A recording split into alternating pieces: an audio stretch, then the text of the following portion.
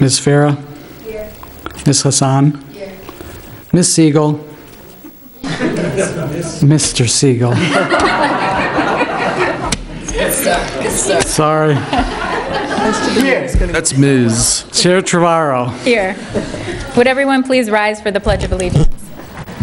I pledge allegiance to the flag of the United States of America and to the republic for which it stands, one nation, under God, indivisible, with liberty and justice for all.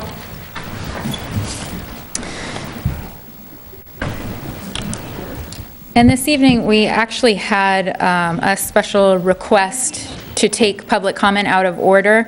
I understand we have some students with us who are wishing to address the board, who we don't want to have to wait until the very end of the meeting. So I'm going to open up for public comment for any items not on this evening's agenda at this point. You may address the board. You'll have 3 minutes to speak. Please state your name and address when you approach the mic.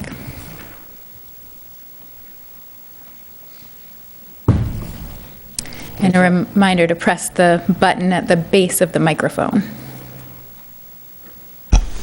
Okay. Hi, I'm Jane Krasnow, and I just want to say I'm very happy to be here tonight. I'm happy and not happy, but I will tell you why. I've been with the Portland schools for 27 years, and I've been at PATHS that entire time, teaching fashion marketing. And this year, we had some amazing things happen, but I will kind of let my students talk about the amazing things, and I'll do what I hate to do. I'm like more of a heart person than a numbers person, but I'm going to tell you all the numbers. So I've been here 27 years, and I thought today I'd start counting up the numbers. I had 540 students in that time, so that's pretty exciting. So this year we went to DECA, which is, it's a national marketing organization for emerging leaders, and we went to the state convention, and we had 6 people qualified to go to national, so we came back really on a high, and that was about, maybe March 4th. And on March 5th, I got called into Mr. Stilfin's office, and he let me know that my program was going to be cut for next year. They weren't going to offer my program in PATHS next year. And we talked about, declining enrollment, and my enrollment wasn't too high. That's what I was told the reason was. So I wanted to say that. I wanted to sort of tell the whole board about our enrollment process, and you know about that, right? People, from, say, middle of January, people start to visit. There's a visitation process, and they come and they visit, and they enroll or they don't enroll. But generally, people that are interested enroll. And they come all the way to the end of May, say, for example. So when I first got back, the day I got back, I noticed that all my visitor had been canceled. So I said, oh, something's weird. So I said, how come my visitors has been canceled? So we sat down, we talked about that. So I had about 10 visitors that had been scheduled so far. So I had 9 had signed up, and then I had 10 that were coming. And I had 2 on my desk that I hadn't handed in yet. So if you look at the 9 that we're supposed to have for next year, and that's true at this moment in time, but it's only true because it is this moment in time, and the rest of them have been canceled. So I mean, there's still a long time between now and the end. It's only the middle of March, right? Middle of March, end of March, 3/4 of the way through. So I had 10 on the docket, which were canceled.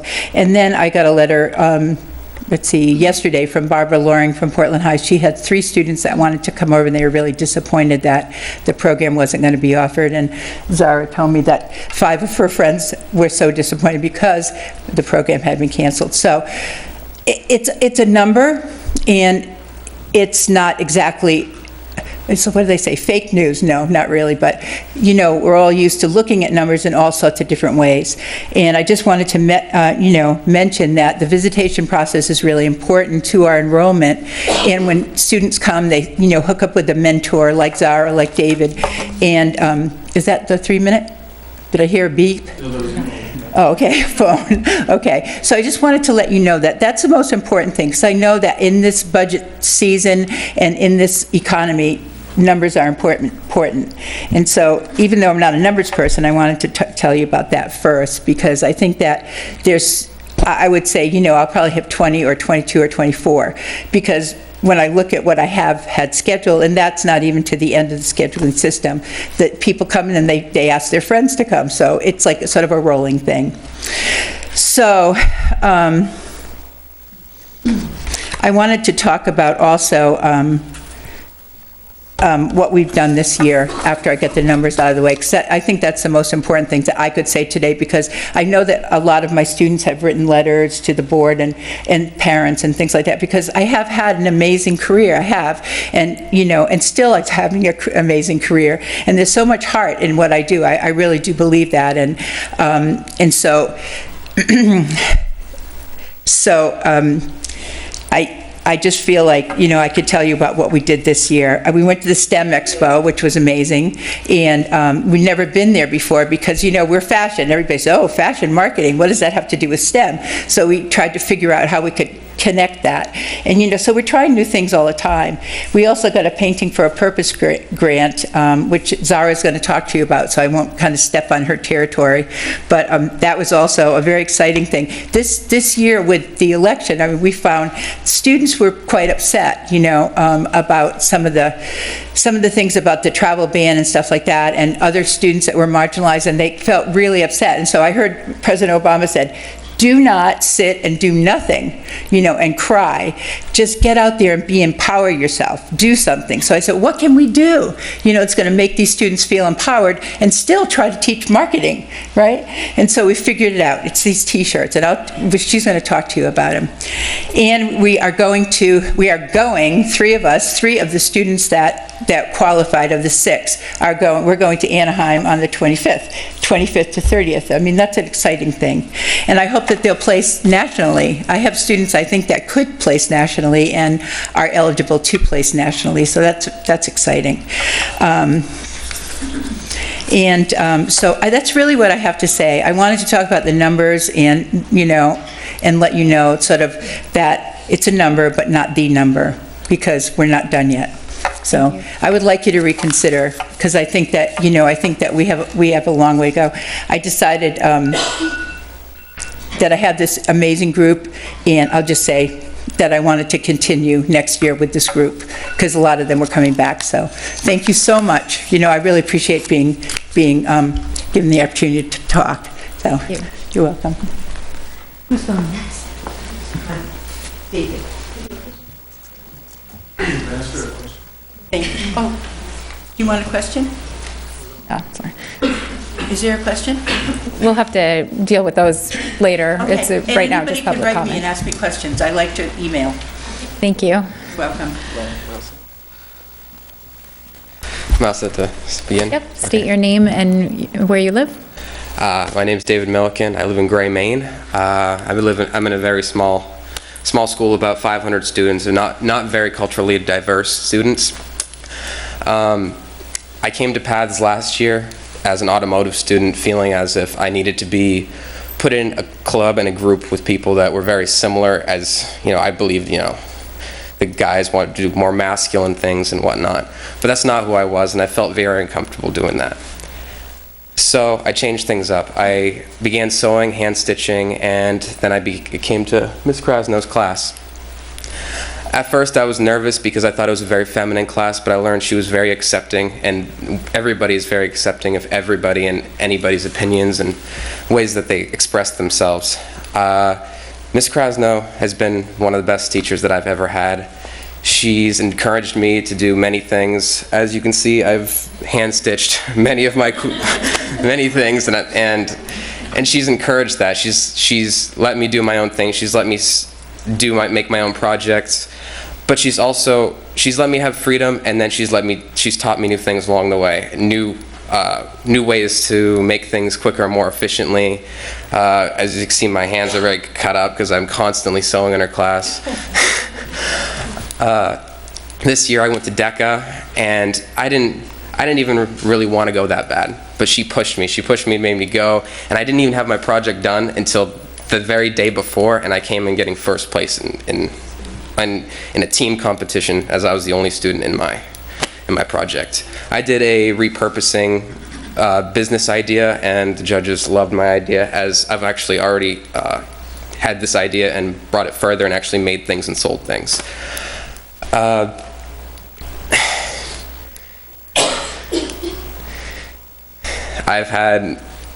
lot of people have asked me what I do in paths as they see me leave every day, and I've encouraged people to go to do different things, because everybody in my school, everybody that I know is, if you're a girl, you're going to nursing, you're going to do this. If you're a guy, you're going to welding, you're going to electrical. And fashion is this way you can express yourself you can make practical things without having to conform to either side. It's being who you really want to be. And I'm really proud to be in her class, and I'm very sad to see that no other kids can enjoy that. Thank you. Thank you.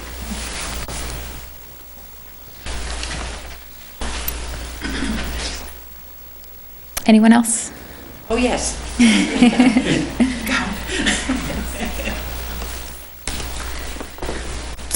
Hi, my name is Sarah Booker. I'm senior at Portland High School. This is my second year at BETS, and actually when I first visited the class, they were about to have a fashion show and they were super busy that I was like, oh, I should be here and would do the fashion show. And when I got accepted, my first year I did 14 outfits and I didn't know how to sew.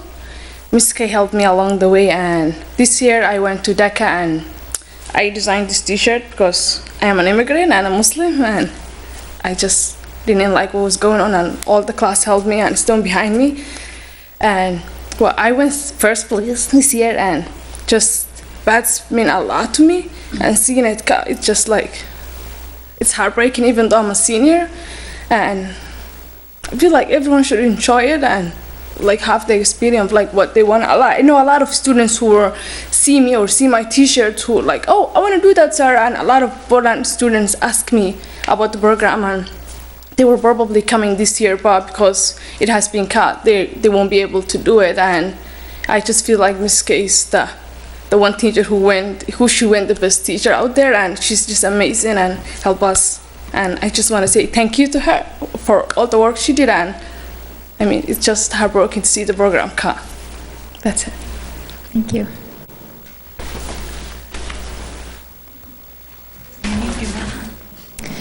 And if folks wishing to speak could line up at the microphone, that will help us. Thank you. Hi, my name is Lily Lynn. I'm from Kennebunk, and my son is at the PATHS program. Thank you for the opportunity to speak to you today in support of the fashion program at Portland Arts and Technology High School, in which my son Max Lynn has been a student since 2016. To give you just a bit of a background, Max has mostly struggled through his entire academic career from when he was very young until just this year, typically failing at least one subject each semester and averaging a very low GPA. He has carried an IMP since he was in kindergarten and has not neatly fit into the typical public school educational setting. Through practical classroom accommodations and staff support, he has been able to access the curriculum more now at PATHS than in any other program in the past.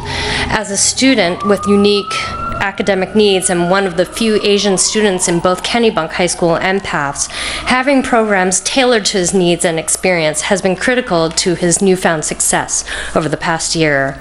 The PATHS program was suggested to him through his advisory team in the beginning of his sophomore year and was held as an end goal motivator during that entire year.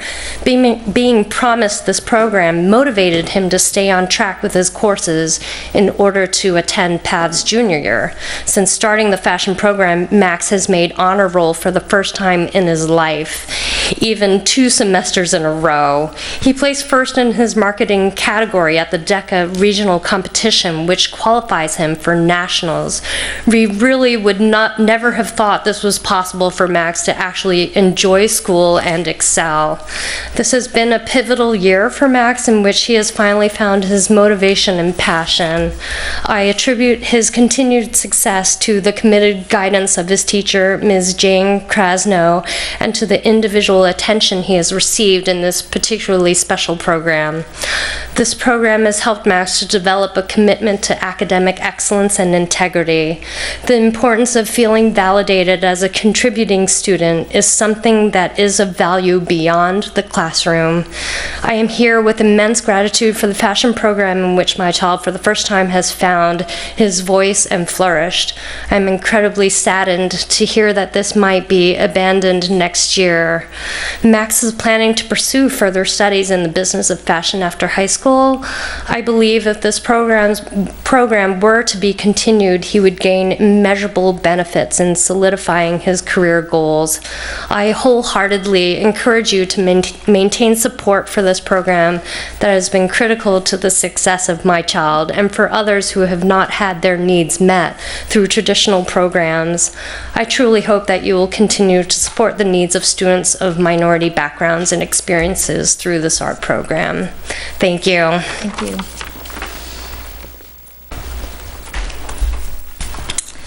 My name is Stephanie Millette, and I currently live in Freeport, Maine. I originally met the PATHS marketing program when I was coming to the Portland Public Library for a book club.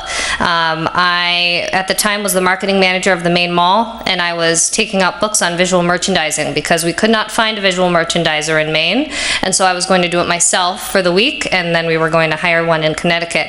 The reason that we couldn't find a visual merchandiser in Maine is because we're not training them currently anywhere other than at PATHS.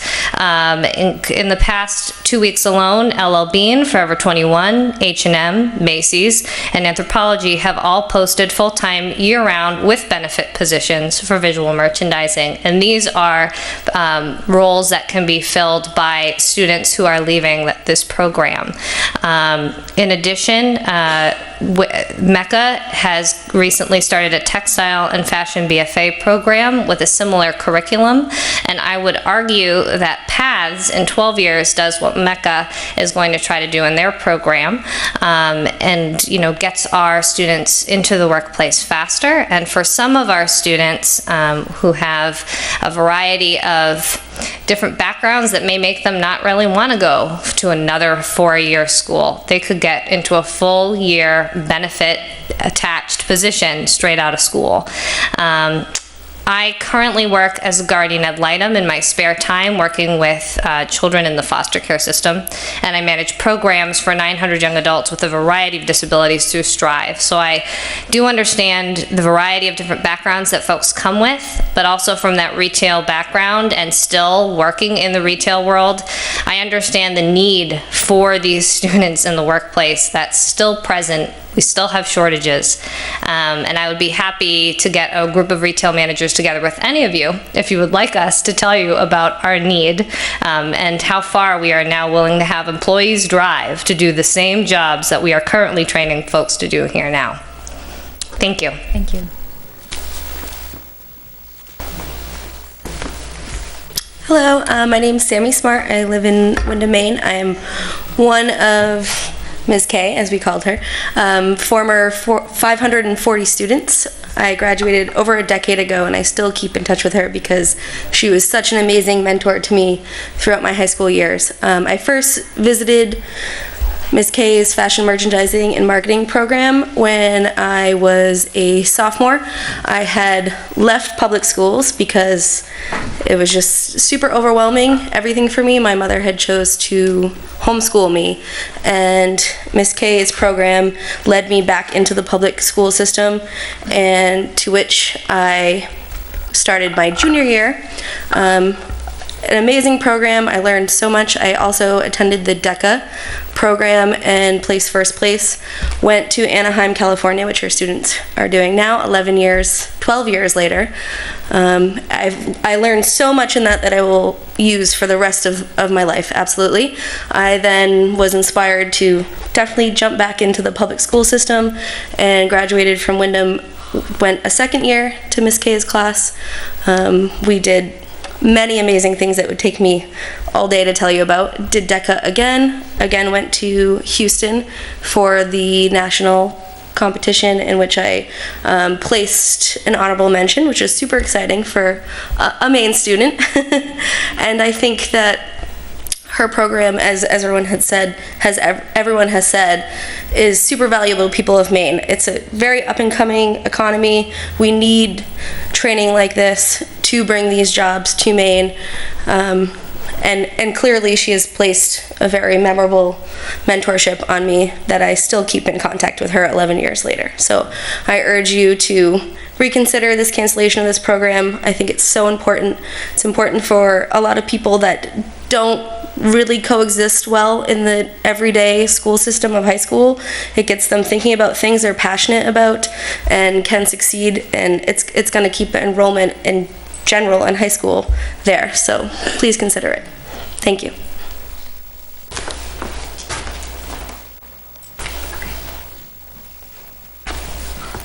Hello, my name's Nanette Tanner, and I live in Scarborough, Maine. I have been on the board since 2011, advisory board, along with Stephanie, who you just heard from previously. And I have to say, I've also worked in visual merchandising, product development, and marketing for over 20 years. And so it's been really rewarding to be involved in the program, and I can't tell you how much I've seen come out of it just from the students you've heard speak. That's just a small bit of what it has done for many, many kids that don't know that there's opportunities for creative occupations in even Maine.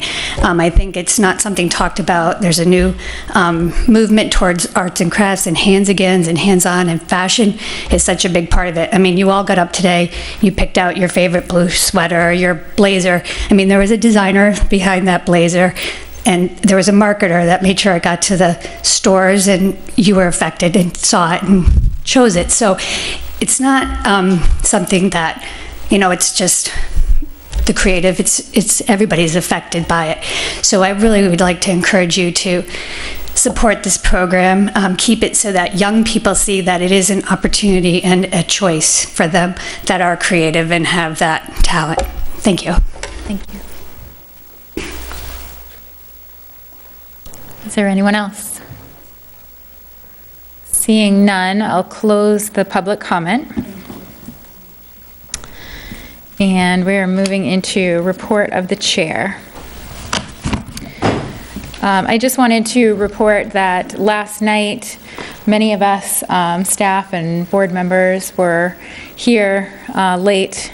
I see Miss Loring in the audience, she was there as well, to be here for the council's vote on our $64 million proposal for Buildings for Our Future, which you all know has been through a process of 1.5 years now, having been approved by the board, then having been approved by the ad hoc committee on school facilities.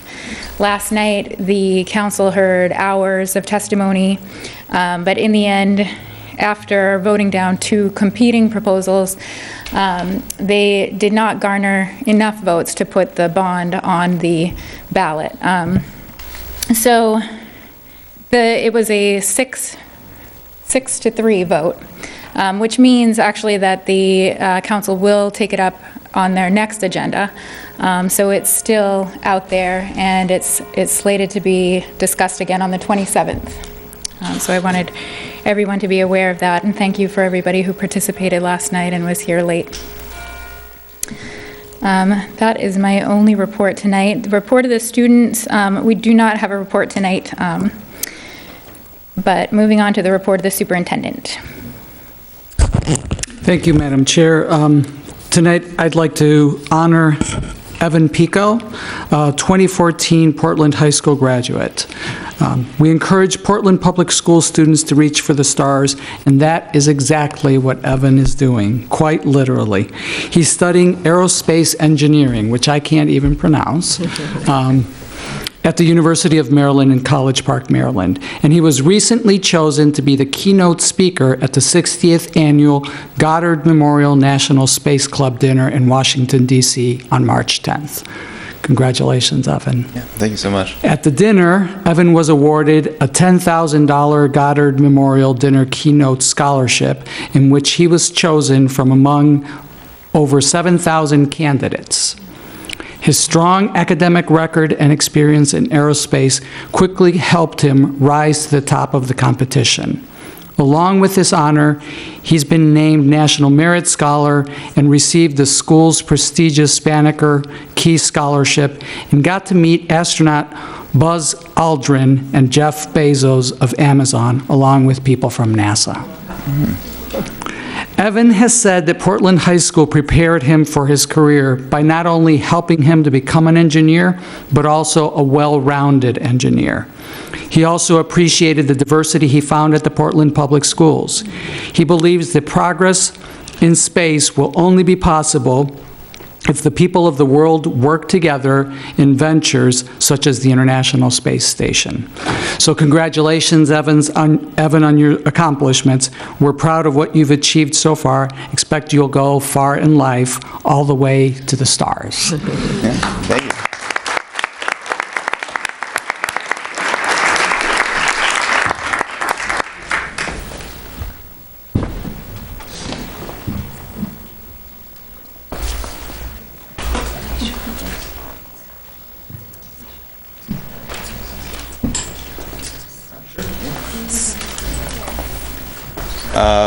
Yeah, so I'll just say a quick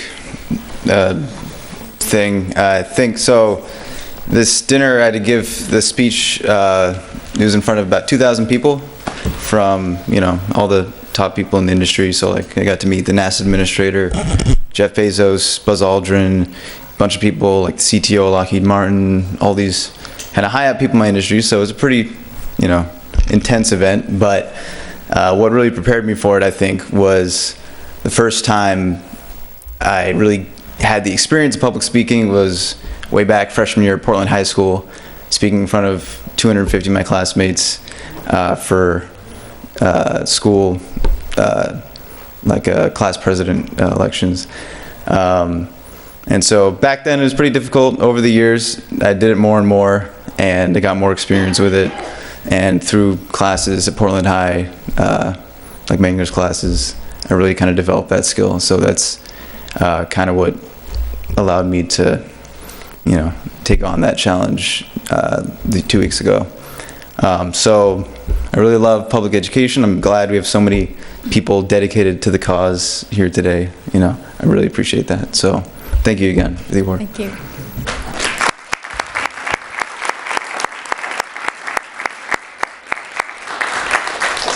Just want to check very quickly, is Amran Mohammed here? Okay, all right. So that's all in terms of announcements. I do want to introduce Principal Cindy Loring, who is here to do her school success plan for Presumpscot. So, Ms. Loring? Thank you. And I have student scholars and a team of I see that. Laura is going to kick it off for us.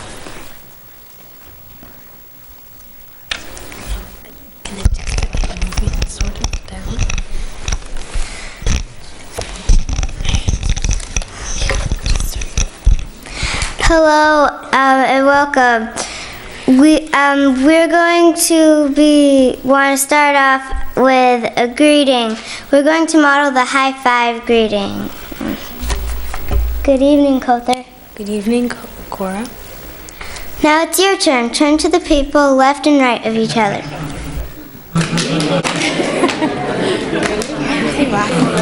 Exactly. I don't know why. Nothing's very fun. Okay, next it will be me. My turn, right? Hi, my name is Kother's son, and I will be telling you about our wonderful, and highly intelligent principal, Mrs. Loring. And I will be sharing a few things about our great school. At our school, we learn about topics that matter and that things that we can do about. So, for example, this year we covered the UDHR, and the rules of it are not enforced in every country. What makes it really, and that's really important. And one piece of work that I wanted to share with you was an essay that we worked on, and it was about inventors.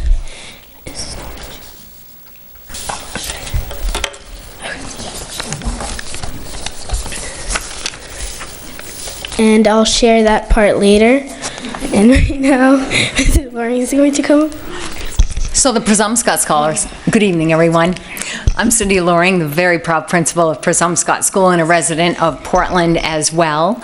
So I'd like to thank you for giving us an opportunity, Presumpscot Scholars and educators, today to find out something more and have a deeper understanding of what teaching and learning looks like at Presumpscot School. So thank you. So I'm going to provide a bit of a context before they continue into their learning experiences and before our educators share some more details about Presumpscot. So Presumpscot Elementary School is an expeditionary learning school. How did we decide to become an expeditionary learning school? 9 years ago now, we chose to embark upon becoming a school-wide Title I school. It was the most extensive, intense, richest, rigorous experience ever. And there is no turning back now, and none of us on that school-wide application team would turn back time. There were 3 legs of our journey when we were going through this year-long process. Members of that school-wide application team consisted of parents, students, and representative members of our staff, various stakeholders. That journey involved 3 legs, as I mentioned, taking a very close look at who we were then through various lenses, standardized testing, classroom assessments, parent interviews, student surveys, staff interviews. So a really intense look of who we were 9 years ago as a Presumpscot community. The next part of that journey involved who we wanted to be. Who did we want to become? When every student leaves Presumpscot School, what were our hopes and dreams for them? And then the final part of the journey was, how will we get there? So we all had established, we looked at a variety of ways to represent our vision for Presumpscot School. In that process, we also conducted some school visits. We wanted to find a community that was representative of us, demographically and beyond. And through that process, we went to visit some schools that were very representative of us, and we were looking for high achievement, high engagement, not only student engagement, but community engagement. Also looking for a student body that were great contributors to the community and stewards of the environment, and not just in their school community, but beyond and globally. So through that process, we visited a couple of schools that were absolutely phenomenal. And when we looked and reflected on who we were at the time at Presumpscot School, we said, wow, we have those pieces. We have exemplary practices in place. We have the most dedicated, committed educators. We believe we create the conditions for success, and not race, not culture, not environment, not socioeconomic status. None of that dictates a child's destiny. And we also noticed there were some things that we didn't yet have. And one piece that we noticed was core practices that were common across our school. We also noticed in the schools that were high achieving, high engagement, all the things that we were striving to be, also operated under a school model.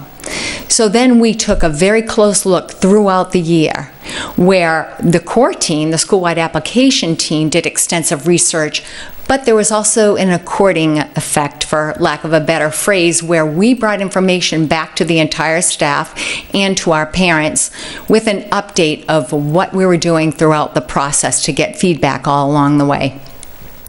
And we talked about, in the schools that were high achieving and engaging, we had visited some schools in Boston over a 3-day period, and my responsibility from the group, from the team, was to find school models that yielded exactly that, exactly what we were striving to be.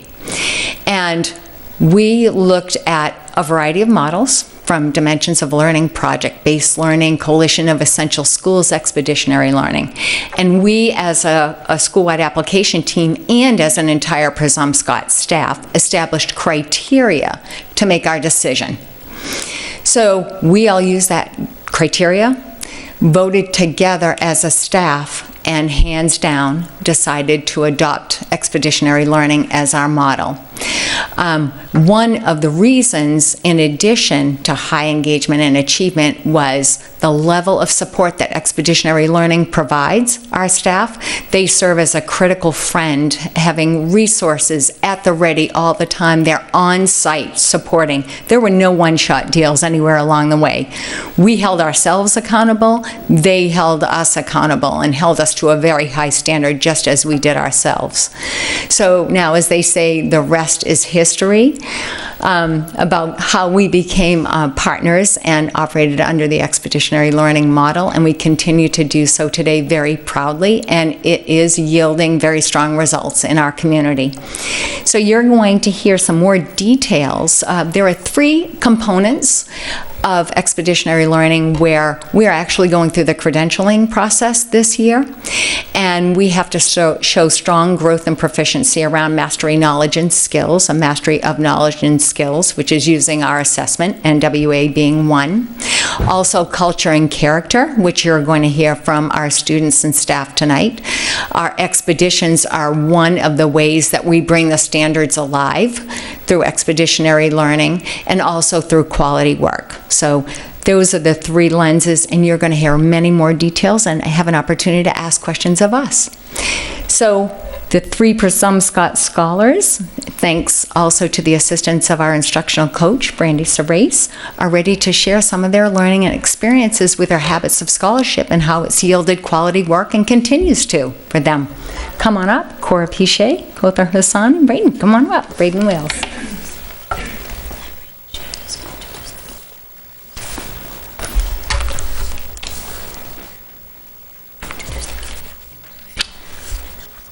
Okay, these are two kindergarten teachers at Presumpscot, Miss Shemalecki and Miss Philbrick.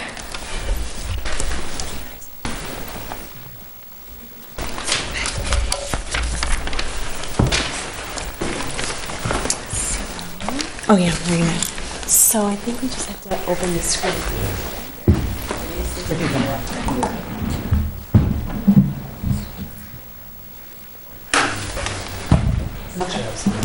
All right.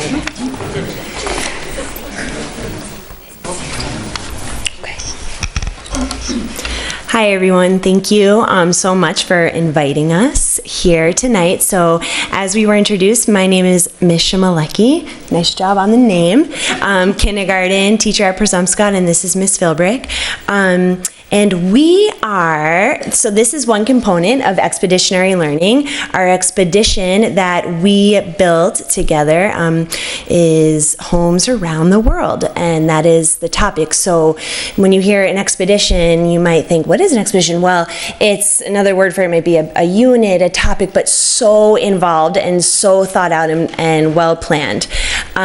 So on this first slide here, you will notice that we have our guiding questions listed, and these are the questions that, as the teachers, we look at these at the beginning and decide, well, how are we going to help students have a great understanding and ways to answer these questions. And in doing so, we take a very close look at the standards and the long-term learning targets that we will use throughout the teaching. And so Katie's going to tell you about how we kicked off our expedition. So one of the important components of expeditionary learning, when we begin a new unit of study, we don't tell the children what they're going to learn about. Instead, they get to be detectives and figure it out themselves. And so I'm going to share with you one of the protocols that we use. There are many different ways that students might be introduced to what their topic is going to be. In kindergarten, we did a protocol that is called Think, Talk, Write. Look, think, talk, and write. And so what this looked like is students were put into a group and were able to explore 4 different stations around the classroom that had photographs of homes from all around the world, some that may be familiar, some that were definitely not. And along with the photographs, there was also different materials. So for example, with a photograph of an adobe house, there would also be some clay. Brick houses versus there would be some bricks on the table. And we told them, okay, you're detectives, you're going to walk with your partner, look closely, think about what you see, talk, and then write. What do you think we're going to be learning about? And so it's just a really, really engaging way for the students to be introduced to a topic and to really talk with each other to figure out what we're going to be studying. So what you see on the slide there is a student's prediction about what her picture of what she saw and her prediction of what she thought that we would be studying. And so after we have had our kickoff, we do something that we call BBK, or Building Background Knowledge. So beginning this expedition, it was really important that students thought about their own houses, the materials that they were built with, the houses that they see in their neighborhoods, and what homes need before broadening out to a bigger world picture. And so the lessons in the beginning were really, what do homes need? You can see this student has thought about, she's labeled her pictures, she's really thinking about what are the important things that homes need and what are the different types of homes that I see in my neighborhood on my walk to school every day.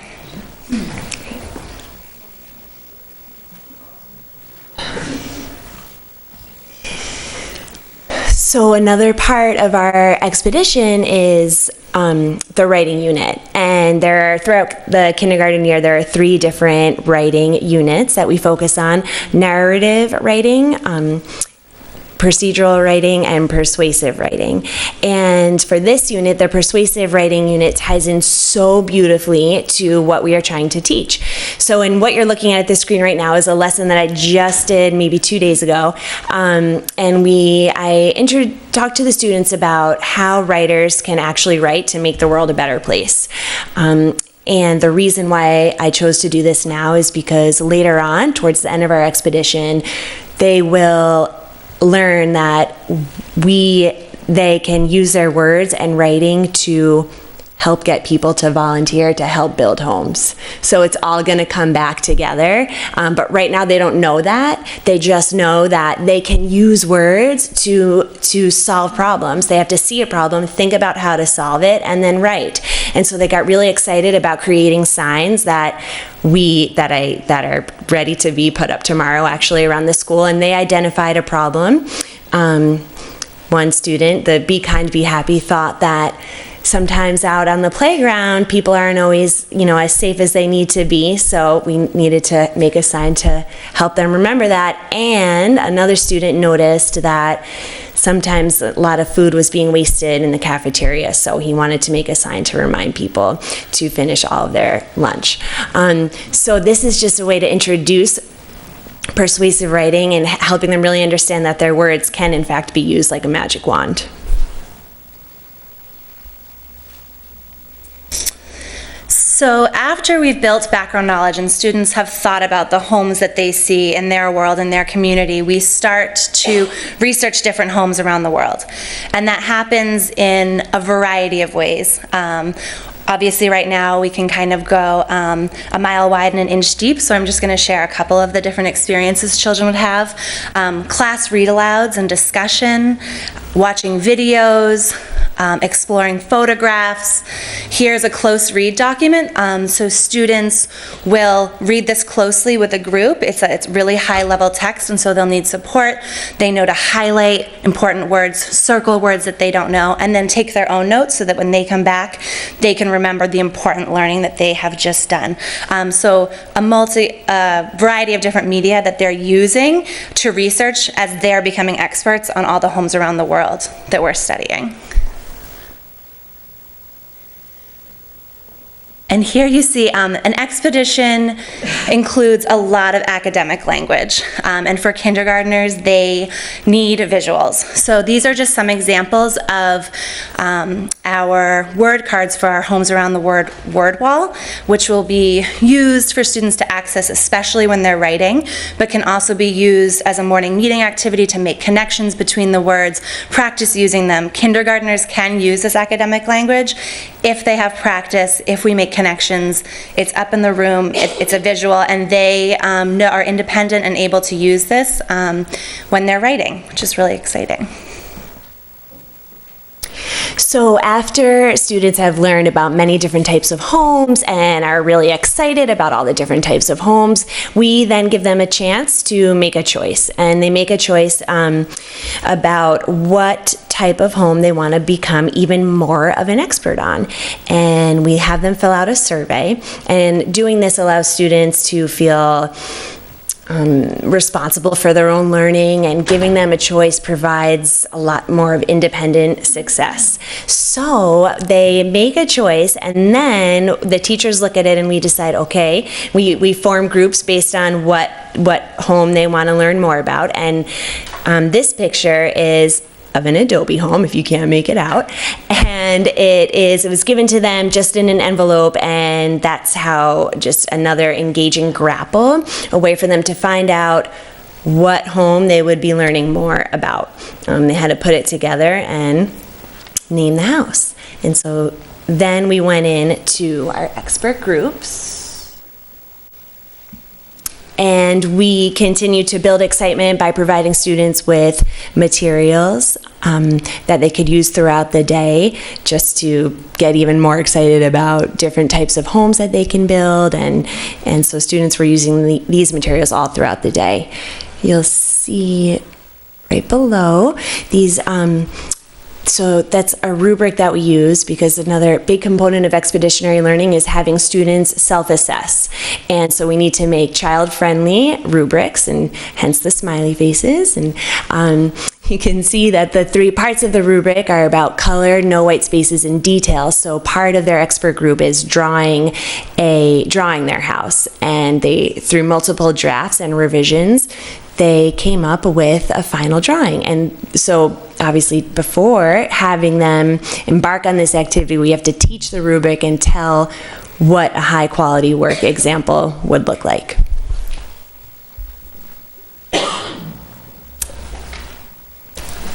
This is still me, right?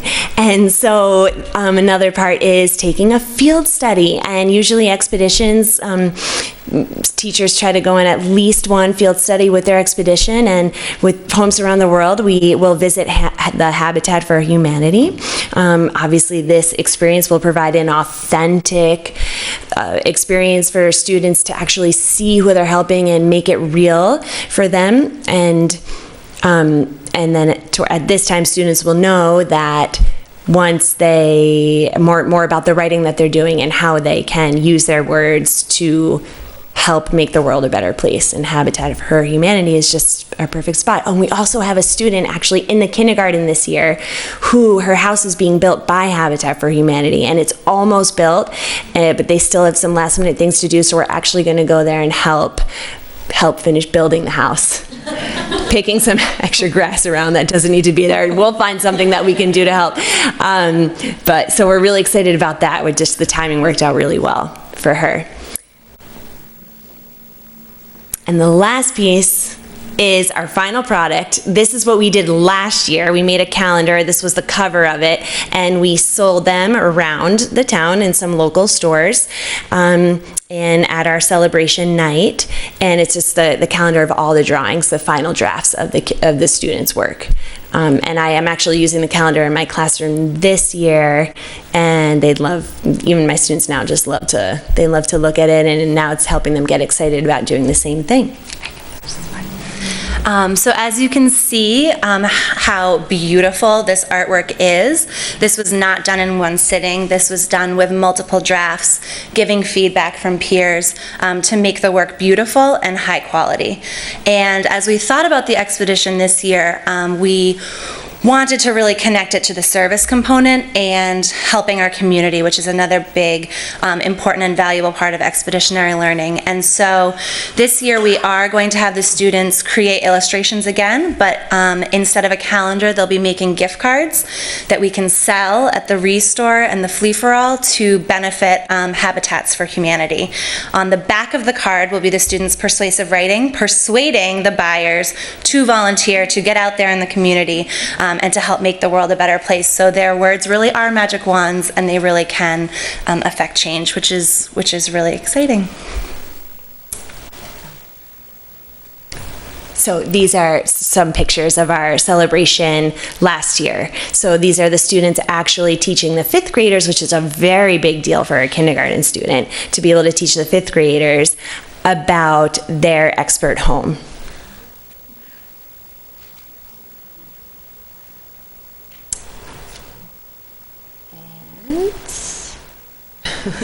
And you're invited this year. If you'd like to join us, we will have another celebration where you'll get to see all those homes and maybe even buy a few cards. And it will be, we're hoping, Friday, May 18th in the morning, and we would love to see you there if you can make it. And also, if you're still curious and want to learn more and help support the cause, I have a current donors choose page out there, Ms. Shimalecki's class at Presumpscot, and it's a lot of the materials on there right now are for this expedition. So thank you so much for listening to us. We hope that you are just as excited about expeditionary learning as we are, because it's awesome. It's a lot of fun. And we're going to turn it back to the scholars here from Presumpscot. Thank you.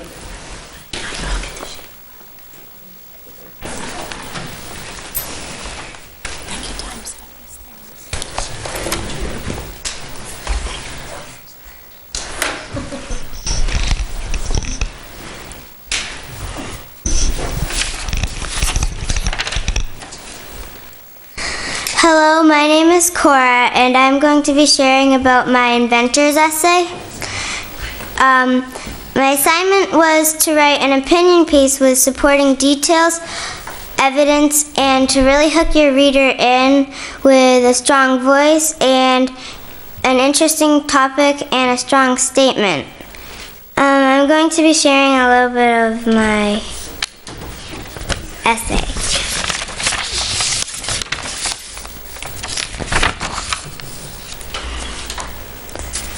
This part is about how my inventor is Jan Matzliger, and he improved shoes. He improved a machine.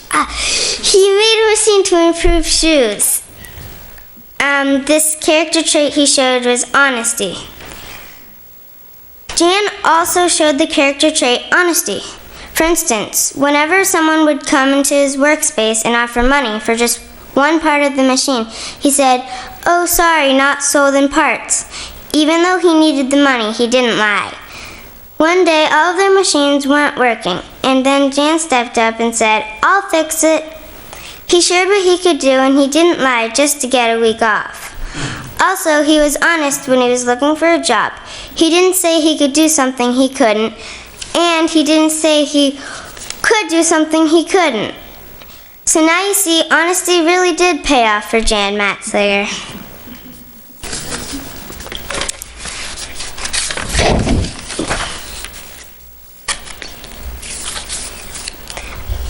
I got feedback on my work by getting feedback from peers and teachers, and my target tracker, which when I saw a target, I thought about it, and then I knew I did that. This is one of my writing targets I know I achieved was, I can write an opinion piece that supports a point of view with reasons and information.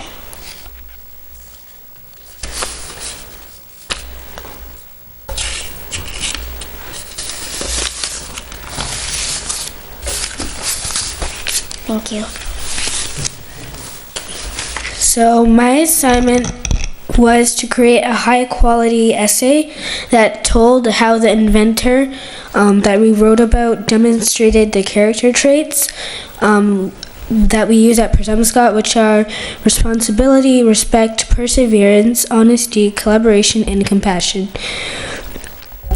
And this, the section of my writing that I'll be sharing with you is the topic sentence, and we worked on making a really strong one that hooked the reader in. Could you imagine a single woman winning 2 Nobel Prizes during a time when, in most countries, women weren't given much education? Well, that's exactly what Marie Curie did. Keep reading to find out more about this amazing female scientist and the time she demonstrated the character traits. I knew my work was high quality because I spent a lot of time working on it, and I had help from peers and teachers, and I got feedback from peers and teachers. We also used rubrics and other things to help, and at the end we got a final grade.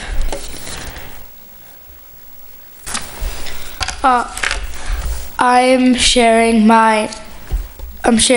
a part of my persuasive writing essay about, well, my teacher gave us 2 days to write an essay about whatever we wanted. So I wrote about football, and I'm sharing a section of my essay. First off, football is the best sport because it makes me feel happy when my team wins. It's not just a regular yay, my team won kind of happy. It gives me this feeling that no other sport does. It's an awesome feeling, and it makes me feel like I can achieve anything. When the Patriots win, it makes me love football even more. It's a great feeling. It's a mix of happiness and excitement, so clearly it's a very passionate feeling when your team wins. So I know this is a quality essay because I spent a lot of time on it, and we wrote various amounts of drafts, and I worked very hard and had feedback from my teachers and peers, and everyone was just helping everyone, and it was good.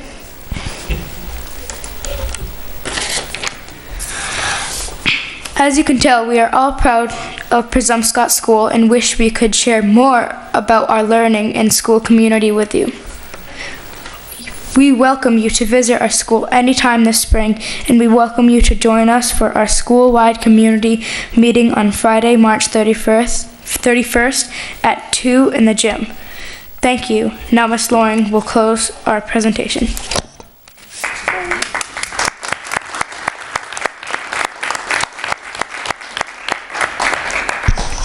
Thank you so much. What questions do you have for us?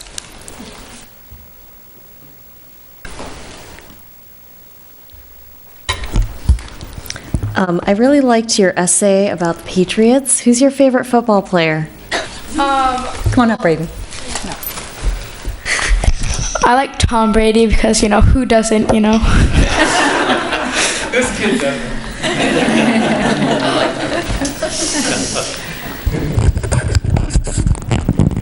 Well, I want to first thank Ms. Loring and the scholars and the staff at Presumpscot for the amazing work that you're doing.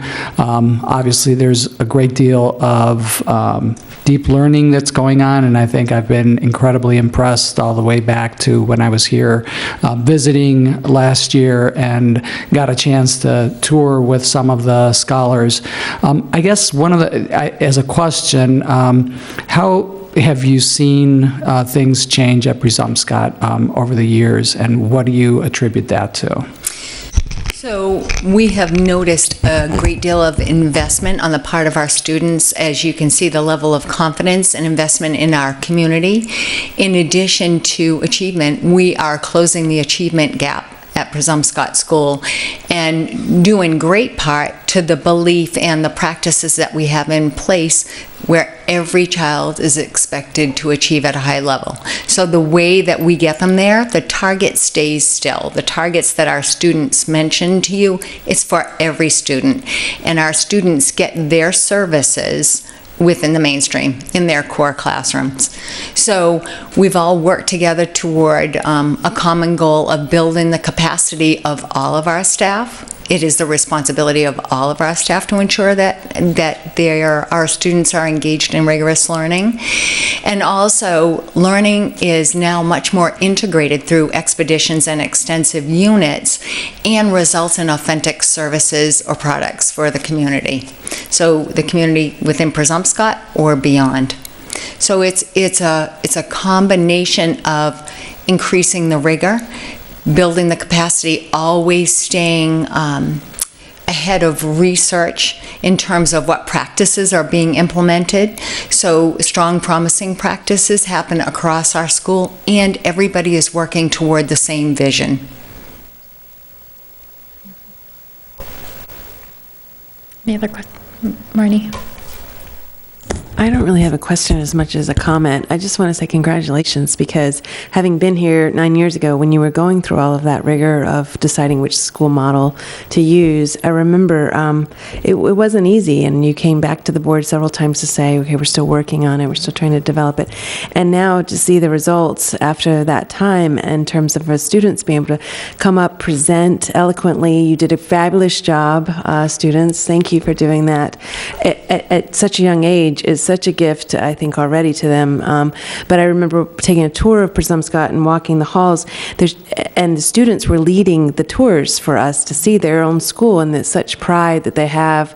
I think, thank you, to your staff, and congratulations to your students. Yeah, Thank you. It looks like it's really working well. Thank you. Thank you to our staff and to our scholars.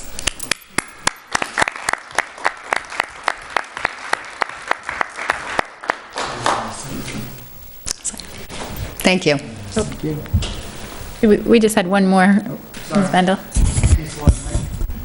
Sorry, I had one quick question. Yes. Just around the credentialing, you mentioned that you're undergoing that this year. Is there anything that we as a school district, as a school board, can do to support you in that process? I greatly appreciate that, Jenna, that comment. Having you involved, stop by for our celebrations of learning, come by anytime to see what we are engaged in at school, and sharing with, so we have Mark Conrad, we have our regional director of EL, so any involvement, any feedback that you would like to give to them directly as a result of your experiences at our school would be greatly appreciated. Does that help? Thank you. So we have our central office folks, Gail Cressy and Nicole Barnes, our data team, are helping us to put our data together. And then we have our entire Presumscott staff who's working on gathering all the evidence that we need to show that we will absolutely meet or exceed the credentialing criteria.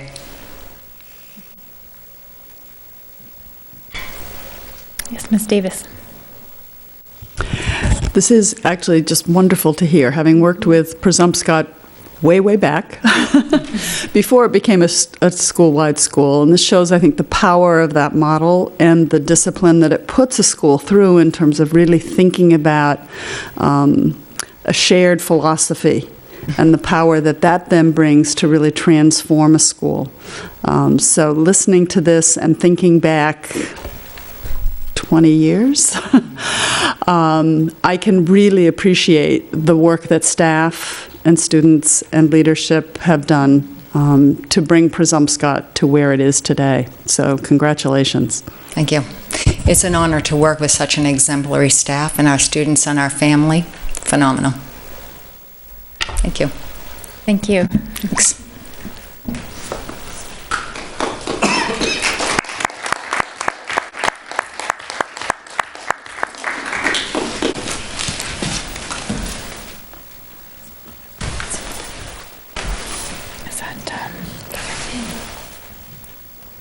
That concludes my report.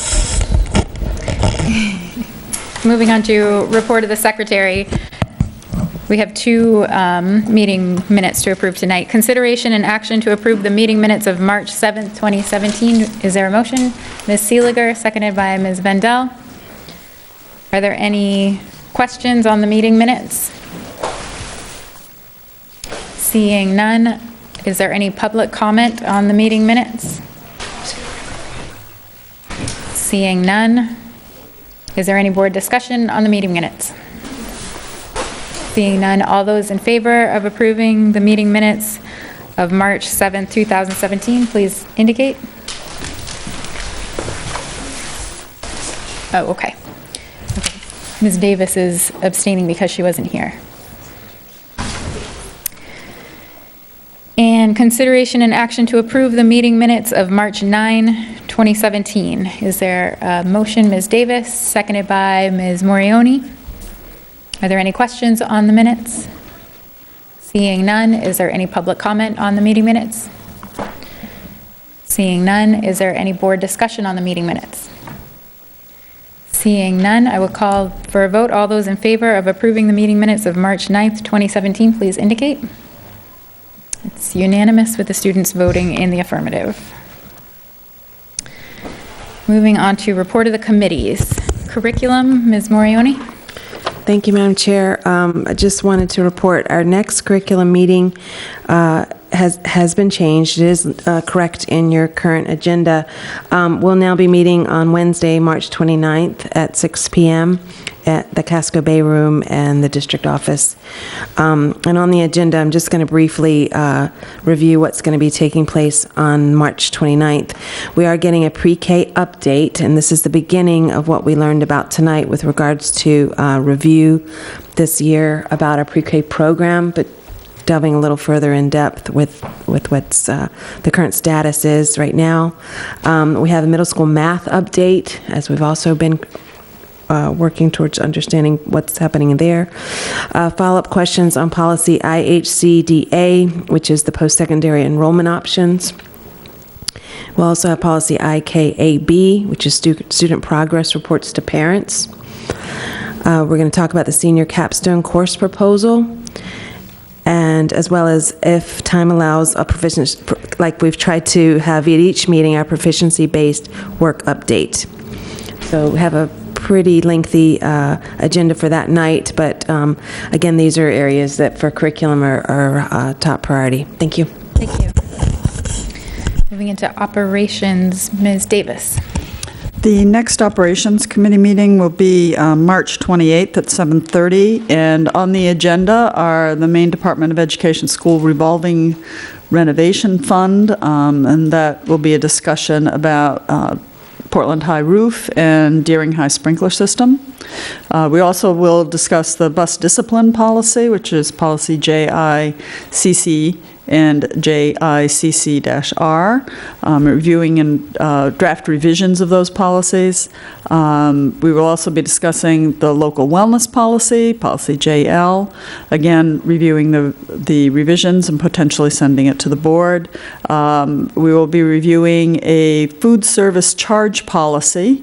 This is a new policy, and we'll be discussing that in more detail, and also reviewing the Sebago Technics Facilities Assessment. There's now a final report that came on February 28th, and we will begin discussing developing a 20-year CIP based on that assessment. It's a pretty hefty agenda. I'm not sure if we'll get through all of it, but we will make a stab and get as far as we can, and take it up again at our next meeting. Thank you. And that meeting's at central office. Thank you. Finance Committee, Ms. Hatzenbuehler. Thank you, Madam Chair. We are plodding along in our budget process. We met before the business meeting today to discuss the agenda was to address any remaining items from the previous meeting, which were there none, and reviewing a list of additional suggested cuts by staff and the superintendent to the superintendent's original proposed budget.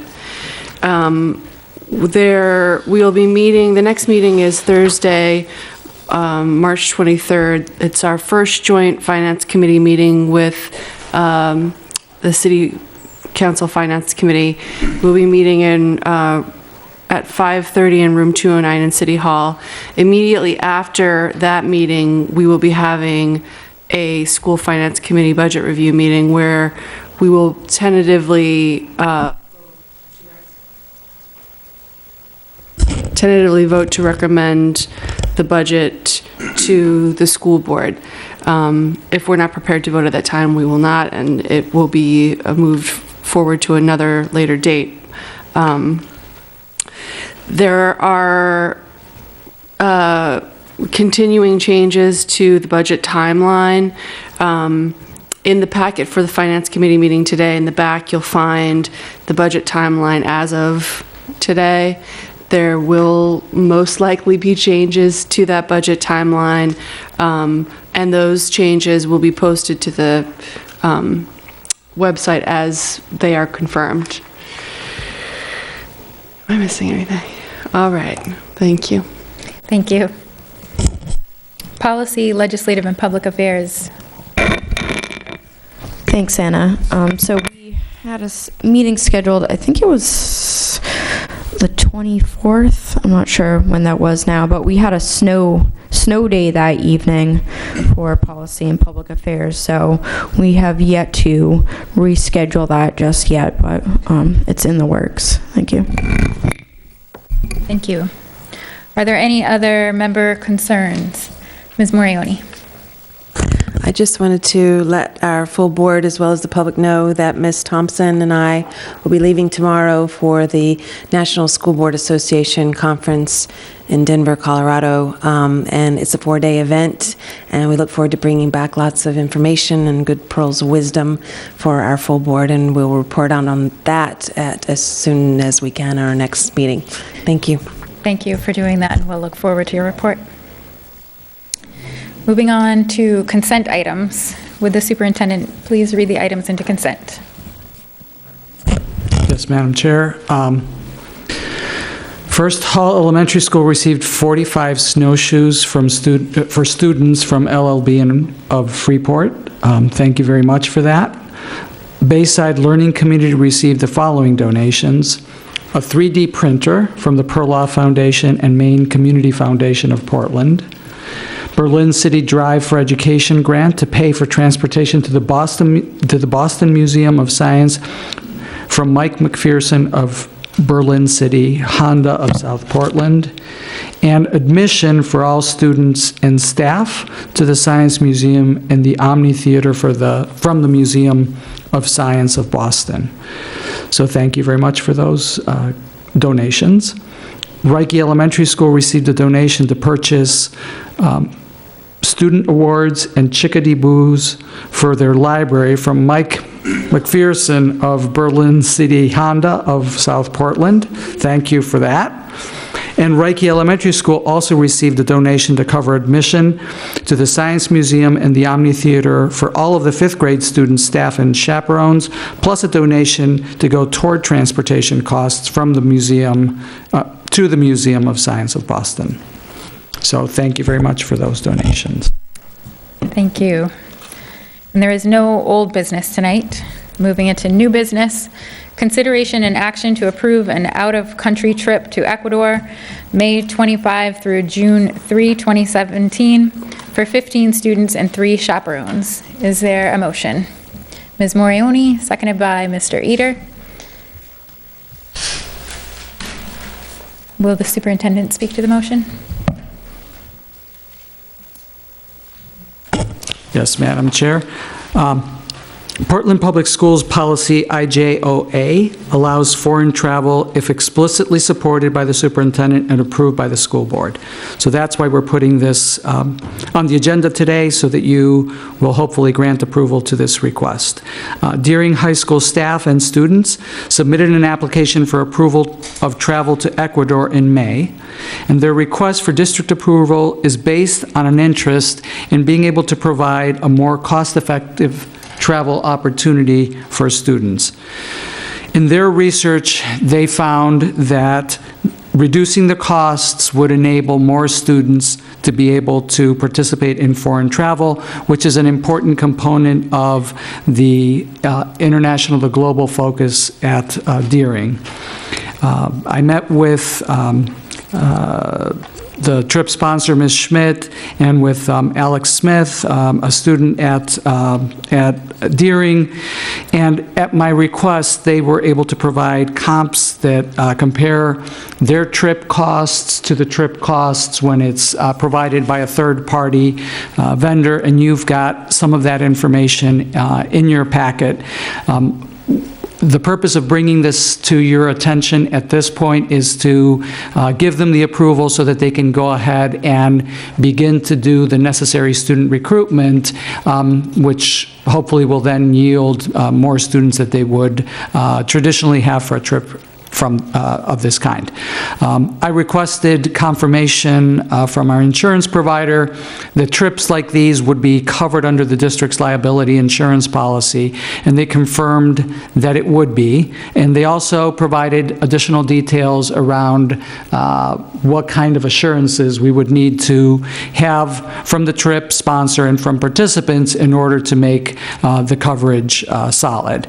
So using that, I developed a set of requirements that we've asked Ms. Schmidt to make sure that the students and the staff that are participating in the trip will demonstrate that they can adhere to, and with that, I would request from the board authorization for the trip if the conditions that were outlined in the memo are met in a timely fashion. Are there any questions on the motion? Seeing... Mr. Rodriguez. Yes, Mr. Rodriguez. Thank you. So I just had a quick question. On the information that was added to our package describing the trip, the website that is linked to, I guess, who's organizing the trip is lastopas.org. I just wanted to know a little bit about who they are, and is this what they do? They organize and they receive volunteers, and I looked at the website and there was a video showing the what some of the previous volunteers had done, and there were some testimonials. So I don't know. I just wanted a little bit more insight into what the experience, what you guys were looking forward to the experience to being like. Yeah. So basically, Las Tolas is a small community in the cloud forest of Ecuador, and they sustain themselves by having a community where volunteers come in and do projects for them. Different volunteers would do different things depending on what they want. You might plant trees to help prevent erosion. People have taught English. People have built houses, built schools. They have basically anything that their community needs. They have volunteers come in, and it's essentially a full-time way that they make money. It's how they sustain themselves, because they only have, I think, about 200 people who live there, and they actually have very little access to outside markets, so they get to grow a lot of their own food. But you can help them, for example, make crafts to go sell in larger markets. We had a teacher from Deering, Miss Dixon, go there several years ago, and she said, it was an amazing experience. She said that going there, you were able to interact with the community, learn Spanish, really get essentially a cultural immersion program. So in addition to the volunteering aspect, it would broaden all students' knowledge of what it's like to live in a completely different culture, 1,600 feet above sea level. So that's pretty much it. Any other questions, Ms. Moran? Thank you for thinking of this and working on this. How many interests do you have so far, or are you just right now putting together the proposal for our approval before you even start talking to other students? And also, is it just going to be for Deering students, or is it also for any of the other high school students, Portland High or Casco? Can I also speak to that, just to point out a couple of things? Mrs. Thompson, who left, did send me some additional questions that she had regarding the travel, and specifically around the connections to the curriculum. So I did ask Ms. Schmidt that she address that. So I think that will answer part of your question in terms of who's involved. The other piece that she wanted to see in there, which we've also discussed and agreed that needs to be there, is proof of immunizations that are consistent with the requirements for travel to Ecuador, which we did not currently have in here, and so we will be adding that to the conditions. So, Ms. Schmidt, I don't know if you want to talk a little bit about who's going and the connections to the graduation and so on to the capstone. I think 25 to 30 knowledge. 25 to 30 students have expressed interest in going. I don't believe 25 or 30 students will be going. that was just for us to get an initial idea of, you know, how likely would it be that we could pull this trip off. I think more realistically, partly because the Las Tolas puts limits on how many people they can accommodate because it's such a small community. So we are more looking at probably 12 to 15 students at the most. They just can't house that many. Students will be staying with host families, and I know Ms. Thompson expressed some concerns about safety, and Alex and I put together a list of answers to Sarah's questions. So I made copies if you'd like me to hand those out.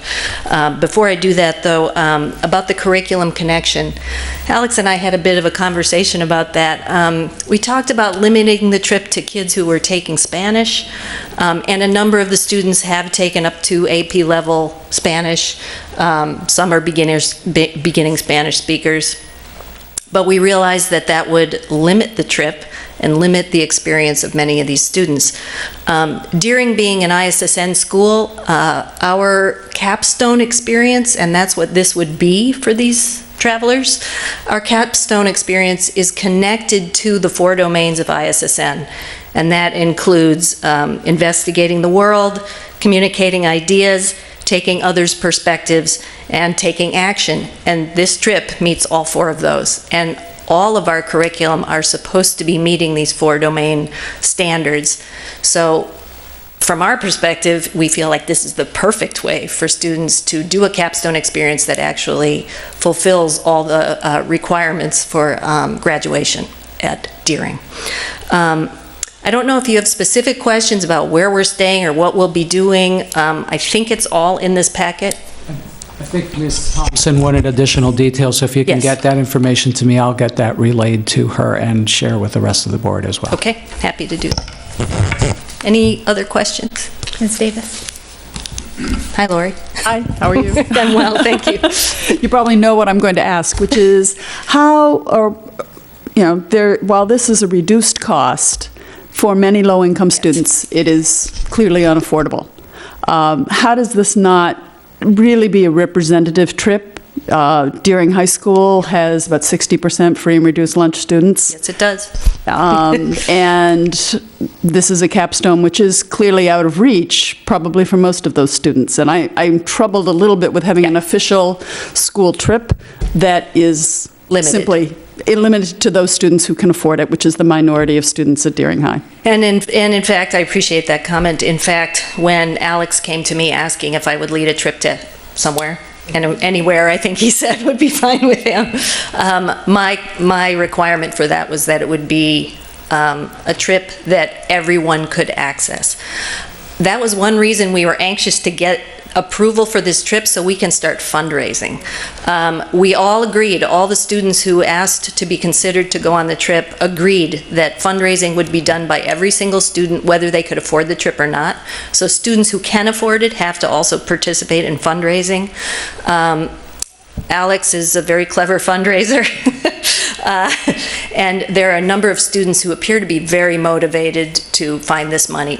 Most students at Deering work, and clearly they will have to get permission from their parents to use their money in this fashion. I am very committed to making sure that who goes on this trip does represent Deering. Please, please. So in addition to this sort of being, as you said, not necessarily representative of what Deering could be, one of the main sort of reasons we're doing this is to provide a path for other trips in the future to be accessed. So if this gets approved, it would serve as sort of a method for future trips to get approved, but also one of the biggest barriers to student fundraising. So through a lot of other programs that you go to, you can get scholarships, but there are 2 problems. The first is that you have to raise any excess money on your own, and without actual sort of school approval. Like, you can't really go to a business and say, hey, I want money for this trip, unless you have an actual letterhead.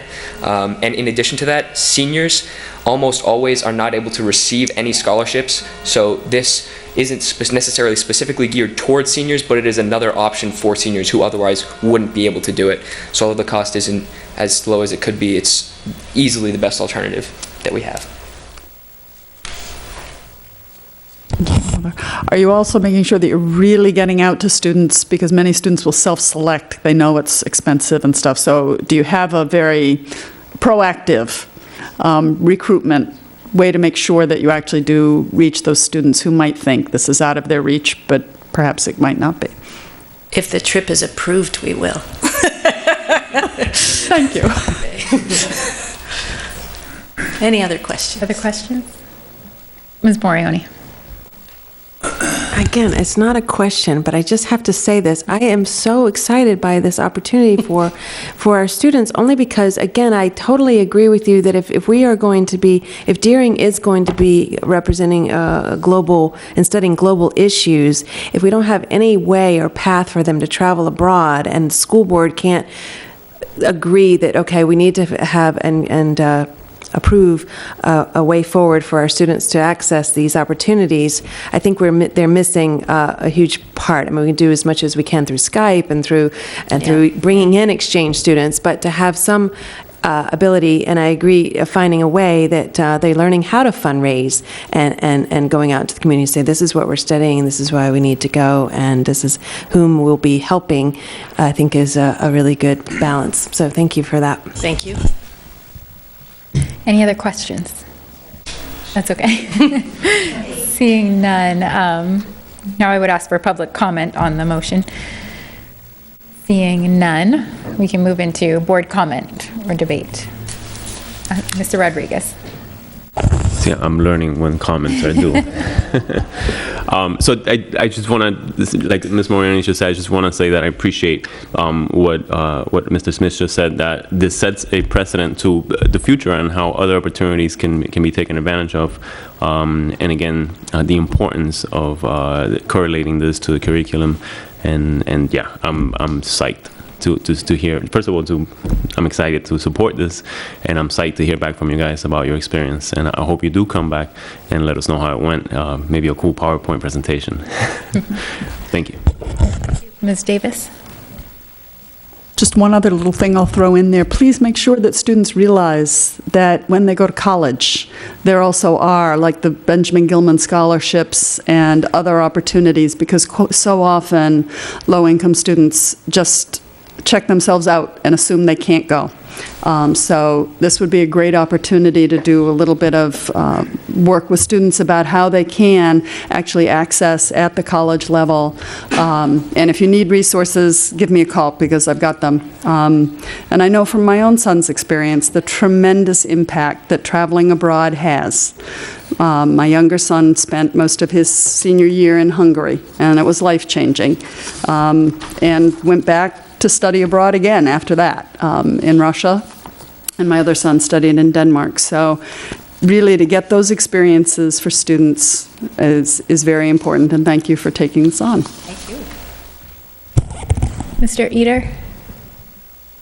Oh, and then Ms. Vendel, and then Ms. Farrow. Thanks so much for making this happen. When I was a student in high school, trips abroad were rather standard, but they weren't available to low-income students. So I appreciate your efforts in that regard. And Ms. Davis' question around that, I was one of those low-income students, and I was able to, when I went back to college in 2008, go abroad, and it's a really powerful experience. So I really thank you for trying to make that available to the whole spectrum of students. Thanks. Ms. Vendel.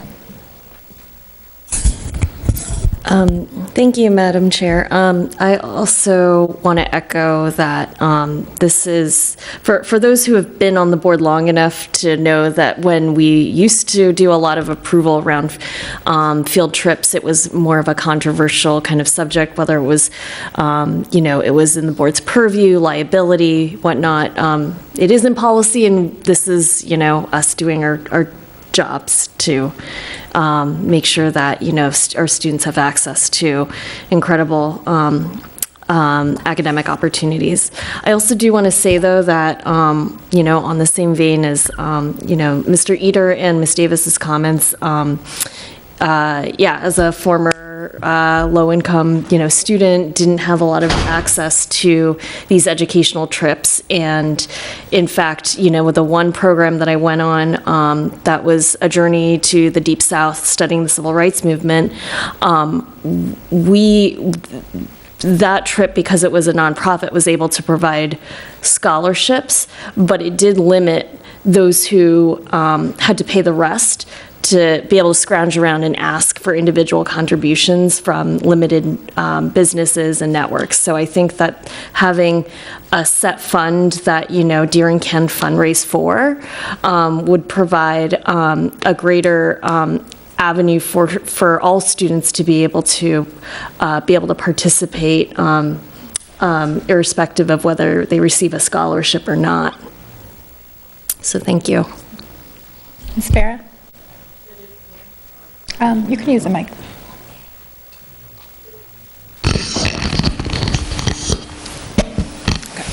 Hello. As a representative for Deering, I feel I'm very excited about this.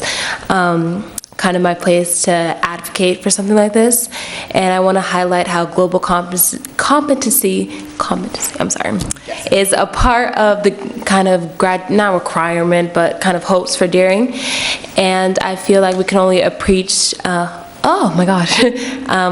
those levels in our communities, because Deering being a very diverse school, we do get a certain level of global outreach and kind of exposure. However, I think something like traveling abroad will bring a whole different level and a whole different experience and different perspective to the term global competency, because you can be exposed to those different areas and things like that.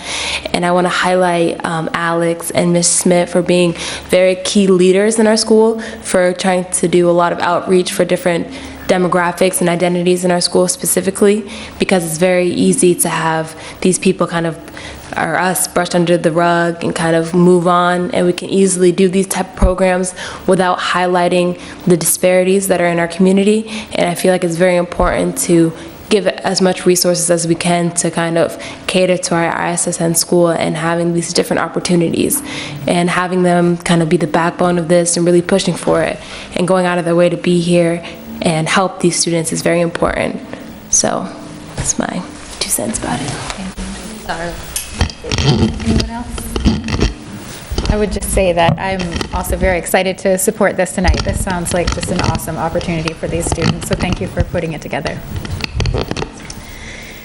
And unless there's any more discussion, I would call for a vote. All those in favor of approving an out-of-country trip to Ecuador from May 25th through June 3rd, 27 for 15 students and 3 chaperones, please indicate. It's unanimous with the students voting in the affirmative. And next we have first read to authorize the board chair and superintendent to sign applications for state funding of several schools under the new construction renovation for the major capital school construction projects 2017-2018 through the Department of Education School Facilities Division. And where it is a first read, we don't have any discussion on that. We have no personnel items this evening. We have no board focus on educational issues. And where it is before the hour of 10 o'clock, I would open it up for any public comment on any items not on this evening's agenda. Please state your name and where you live, and you'll have 3 minutes to speak. Sure, thank you. My name is Steve Schwartz. I live on Roaring Brook Road in Portland.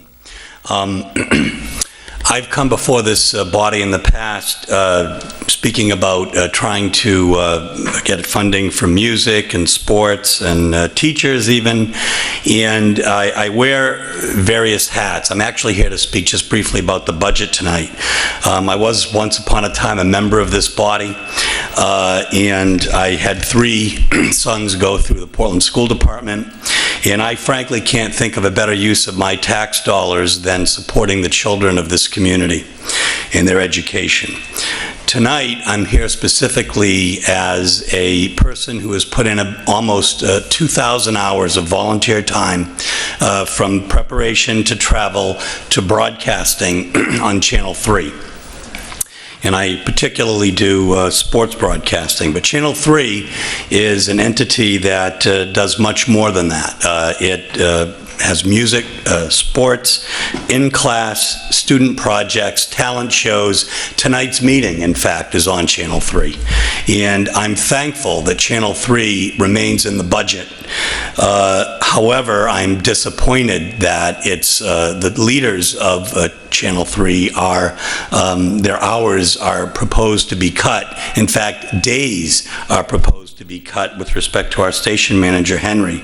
And I'm here tonight in an unsolicited capacity. I've not been asked to be here. I'm here because I care deeply about this station.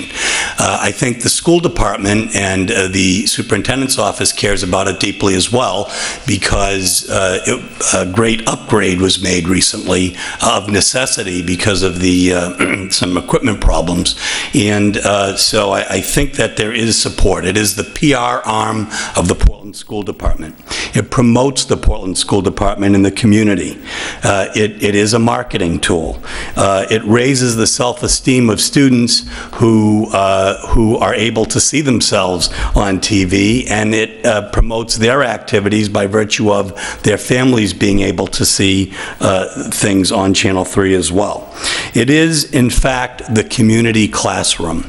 And I would ask that you strongly consider, among all the cuts that you unfortunately maybe have to consider, keeping Channel 3 at the levels of staffing that it currently is, so that it can do the good programming that it does.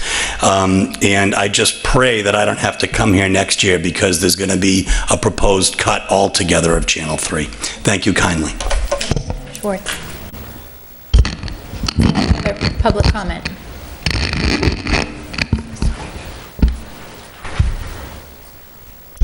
Stephen Sharp of Salem Street. I just want to speak not specifically to the budget, but to the budget schedule as was outlined in the Finance Committee meeting earlier tonight. It's ever-changing schedule, but one of the things I see lacking in that schedule is opportunities for public comment on the details of the budget. You had the Finance Committee had a public comment or public hearing, quote, last Thursday, which was rescheduled from Tuesday because of the snowstorm, and there was essentially no real notice to the public that there was that opportunity, and there needs to be ample opportunity that is noticed to the public at large, so that they know when they can come and speak to the budget, and there needs to be ample times through the process. Looking at the schedule, other than at the City Council where we get our opportunity, it appears there's only one opportunity with the school board to advocate for and against items on the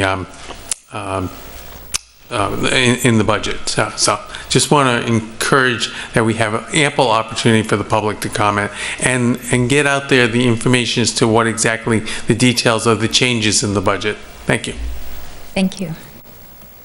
Is there any other public comment?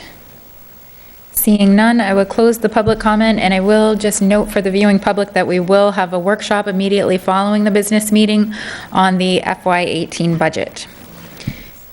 And with that, I would call for a motion for adjournment. Ms. Morioni, seconded by Mr. Eder. All those in favor? It's unanimous with the students voting in the affirmative. We are adjourned.